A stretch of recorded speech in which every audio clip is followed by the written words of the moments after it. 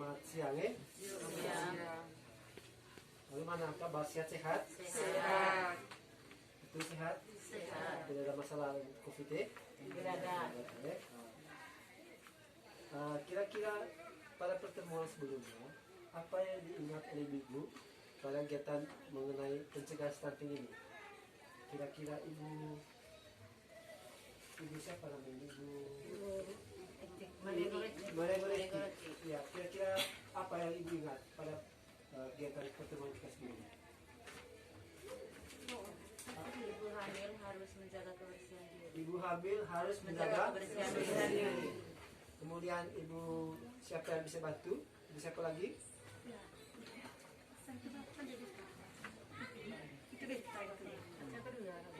Ibu hamil harus menjaga kebersihan diri.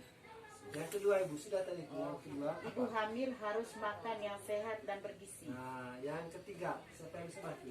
Ibu hamil harus rajin ke posyandu. Ibu hamil harus rajin ke Posyandu. ya, terima kasih Bu masih mengingat kegiatan pertemuan kita sebelumnya mengenai pencegahan stunting. Bagaimana kita mencegah stunting ini.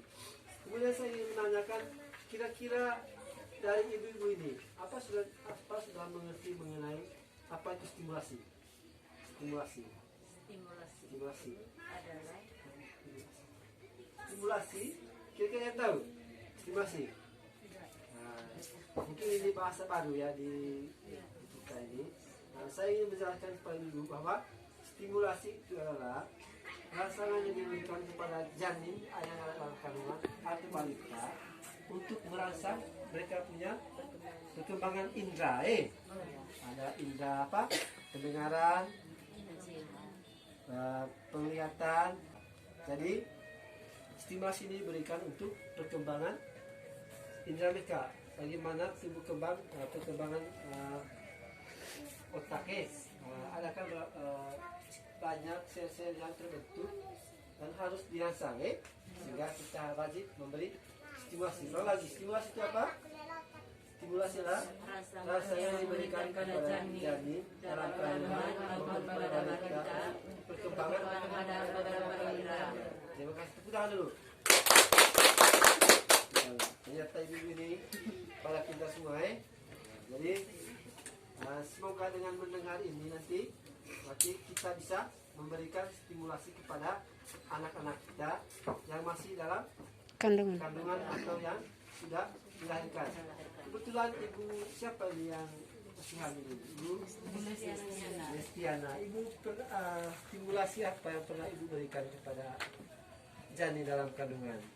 Kan biasanya kan ada rangsangan itu kan bisa berupa sentuhan, kemudian apa? Kira-kira apa yang pernah ibu lakukan selama ini?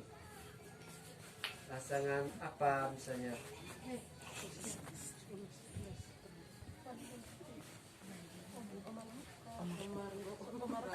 mengelus meraba. Mengelus, meraba. Apa pernah mendengarkan lagu-lagu daerah, lagu-lagu rohani? Pernah dengar tidak? Sambil paling-paling gitu. Nah, pernah mendengarkan itu. Nah, jadi itu merupakan stimulasi. Sadar dan tidak sadar kita sudah memberikan stimulasi. Karena anak atau janin yang dalam kandungan itu bisa berkomunikasi dengan kita wajib memberi stimulasi. Seperti itu. Nah, kemudian kira-kira dulu siapa yang sering mendengarkan misalnya waktu hamil dulu yang sambil tidur mendengarkan lagu-lagu atau membaca cerita, siapa kira-kira dia yang sering gitu waktu masih hamil? Kira-kira ada? Kemudian menceritakan kepada anak-anak yang apa namanya yang sudah dilahirkan, pernah menceritakan dongeng apa, pernah tidak? Pernah. Ya, jadi semua itu merupakan stimulasi untuk perkembangan balita kita. Jadi itu sangat penting. Jadi setelah melakukan itu kita kan merasa memberikan perhatian yang besar kepada anak atau janin kita. Jadi nah, kemudian nanti setelah ini kita coba membentuk kelompok, membentuk kelompok, mendiskusikan kira-kira apa bentuk apa stimulasi yang kelompok-kelompok stimulasi, misalnya berupa apa stimulasi yang diberikan kepada anak. Jangan dulu, didiskusikan dulu. Selain itu tadi kita ada tambahan-tambahan lagi nanti ingat ya.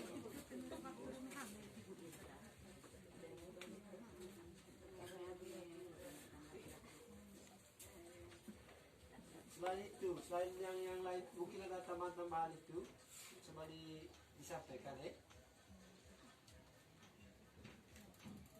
Kalau sudah, memang waktunya sedikit ya, 5 menit ya, sudah. Jadi kelompok 1, coba siapa yang bisa menyampaikan ini stimulasi yang diberikan kepada anak balik yang dalam kandungan janin ini, misalnya apa? Ya, siapa juru bicaranya ini? Ibu siapa? Kelompok 1, siapa? Kelompok 1 itu, coba baca saja. Siapa juru bicaranya? Diberikan sentuhan. Lapor dulu nama siapa? Herlina Bumbu. Herlina Bumbu teh? Ya, Terima kasih. Apa yang sudah didiskusikan tadi?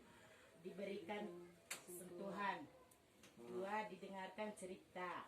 3, didengarkan lagu-lagu. Oh, baik. Terima kasih. Tepuk tangan untuk kelompok 1.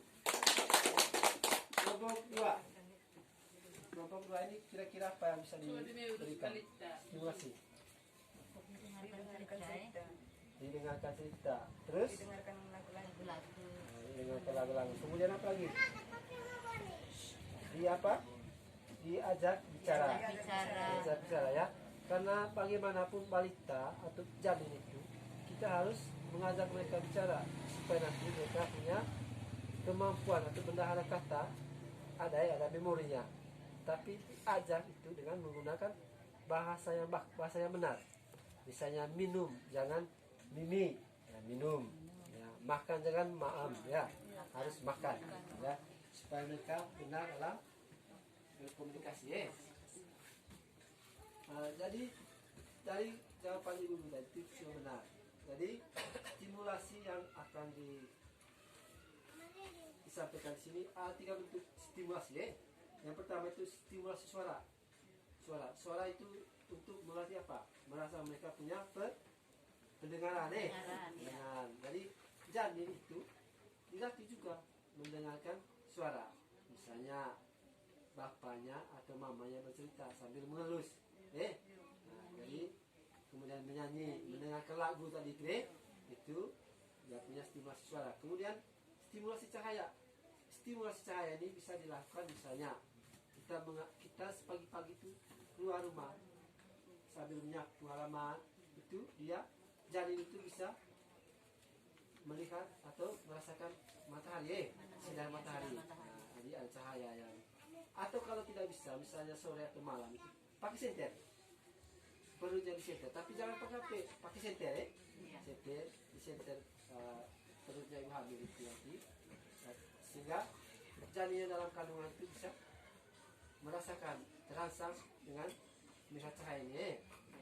Kemudian sentuhan, sentuhan tadi dielus-elus, kasih sayang, entah bapaknya, mama atau mertuanya atau adik-adik, kakak-kakaknya, sehingga bisa memberikan sentuhan. Jadi kira-kira demikian stimulasi yang bisa diberikan untuk janin atau untuk balita kita. Jadi kegiatan pemberian stimulasi ini untuk pencegahan stunting. Saya tidak sadar bahwa melakukan stimulasi ini akan mencegah terjadi stunting pada anak kita. Selain dengan memberikan makanan bergizi, kemudian kelas ibu hamil. Jadi dengan memberikan stimulasi yang sederhana itu akan membantu balita kita atau janin kita bertumbuh dengan baik sehingga terhindar dari apa? Stunting. Stunting tadi juga apa? Stunting itu tadi apa? Tumbuh kembang anak itu tidak sesuai dengan anak seusianya. Jadi dia lebih pendek, lebih kurus. Jadi seperti itu. Terima kasih waktunya. Selamat siang. Dan semoga pada pertemuan kali berikut kita bisa membahas hal-hal yang lainnya. Terima kasih. Selamat siang.